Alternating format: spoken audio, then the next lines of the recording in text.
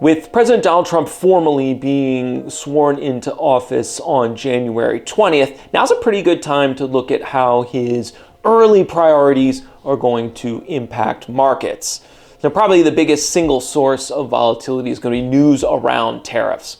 Now, Wall Street knows tariffs are coming. That's well priced into markets. But exactly what form they take isn't so sure. There's been reporting that some of his advisors favor a more legged-in approach, or maybe an approach where only certain goods are hit with tariffs right away, whereas the president himself might seem to favor a more maximalist approach. And so we'll see which side of that wins out, but certainly markets will move as reports come out as to how exactly those tariffs will be implemented.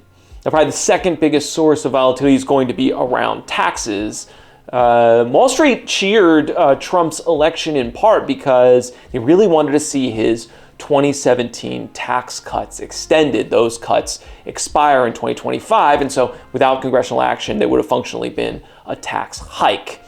So with Trump and Republicans controlling Congress, it was thought that this would be pretty easy. But then came the budget fight this past December, where House Republicans didn't seem quite as in lockstep with Trump as many assumed.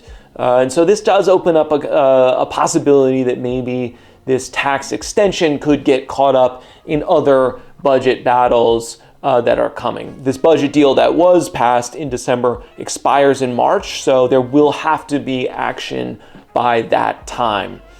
Now, complicating the whole tax thing is the next one I'm going to mention, which is immigration.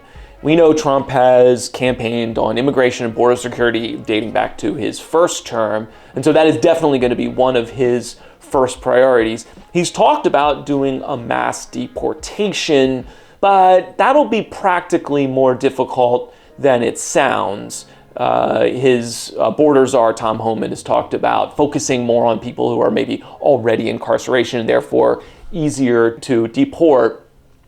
If there were to be a big slowdown in immigration, or for that matter, a big outflow of immigrants, that could impact the economy through inflation. It would make the labor force tighter, there'd be less people available to work, and that's a classic reason why inflation could occur.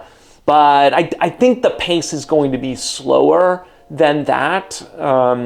I just don't think that they're going to be able to either slow down incoming immigration or deport enough people quick enough to have kind of that obvious effect, at least not what an effect you would see in his first 100 days. Now, that being said, there's tremendous pressure on Republicans in Congress and Trump himself to pass some kind of border security law. And so this could play into the whole budget battle because more border security costs money, and could ratchet up the pressure to sort of get a deal done quicker on the budget.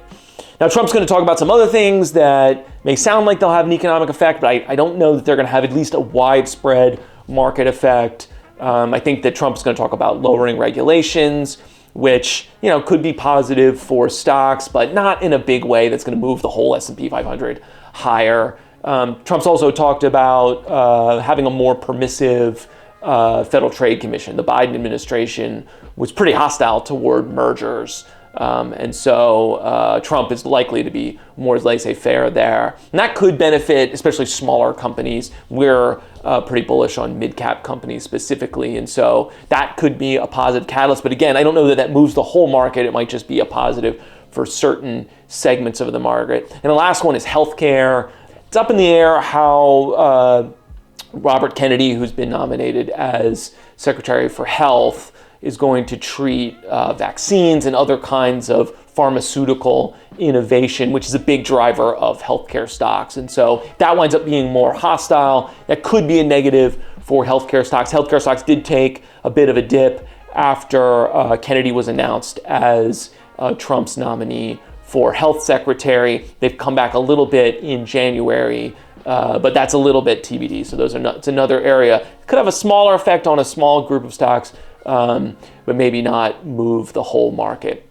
And so I think those are going to be the big movers in the first 100 days of Trump's administration. We're looking for tariffs, we're looking for news on the budget, and we're looking for news on immigration.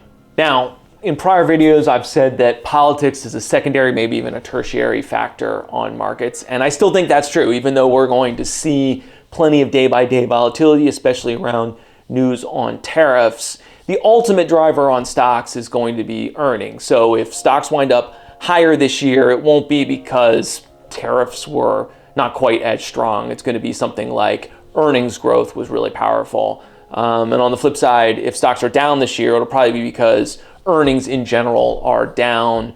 Tariffs might have played some kind of role, but I don't think they'll be the central driver of that. So in fact, the fact that stocks are more or less flat in between election day and inauguration day is a good example of how we think about politics. It matters, but it's more of a secondary, if not tertiary effect. Now, but what do you think? Do you think Trump's policies are going to be the big driver of stocks in 2025? If so, give me the reason. Put it in the comments section. I'll be happy to answer any questions or maybe throw your rebuttal for any thoughts you've got there. If you like this content, please hit subscribe. We're going to come more frequently in 2025 with thoughts on the markets, on Trump policy, on the Fed, and what have you. So hit the subscribe button. You'll be the first to hear when a new video drops. We'd love to see you again.